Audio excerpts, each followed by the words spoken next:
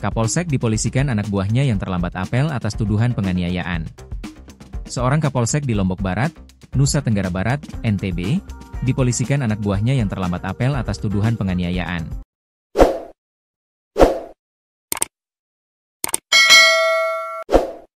Penganiayaan yang dituduhkan kepada Kapolsek tersebut saat apel pengamanan MotoGP Mandalika. Kapolsek yang terlapor dalam dugaan kasus penganiayaan ini merupakan Kapolsek Kediri Ibtu Pulung Anggara Surya Putra alias Ibtu Pas. Dilansir tribunnews.com, Ibtu Pas dilaporkan ke Polda Nusa Tenggara Barat, NTB, atas dugaan penganiayaan oleh anak buahnya Brigadir M. Nurul Solihin alias MNS. Tak cuma melakukan penganiayaan, Ibtu Pas juga disebut telah menyiramkan minuman keras tradisional jenis tuak terhadap Brigadir MNS. Brigadir MNS merupakan anggota Satreskrim Polres Lombok Barat.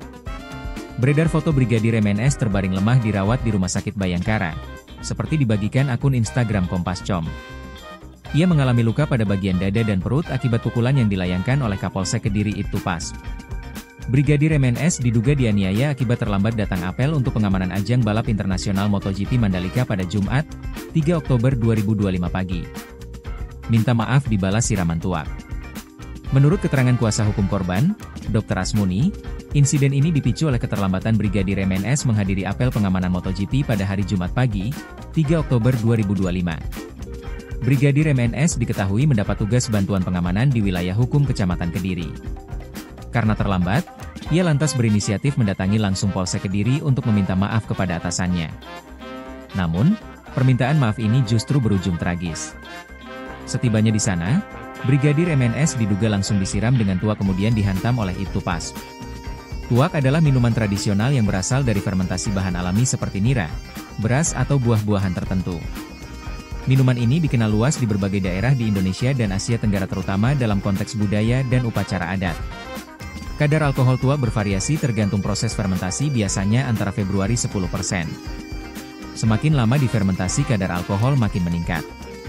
Ulu hati dan jantungnya, dan kepalanya sakit karena dihantam pakai tangan dan kaki, ungkap Asmuni dilansir dari unggahan Kompas.com di Instagram pada Rabu, 8/20/2025.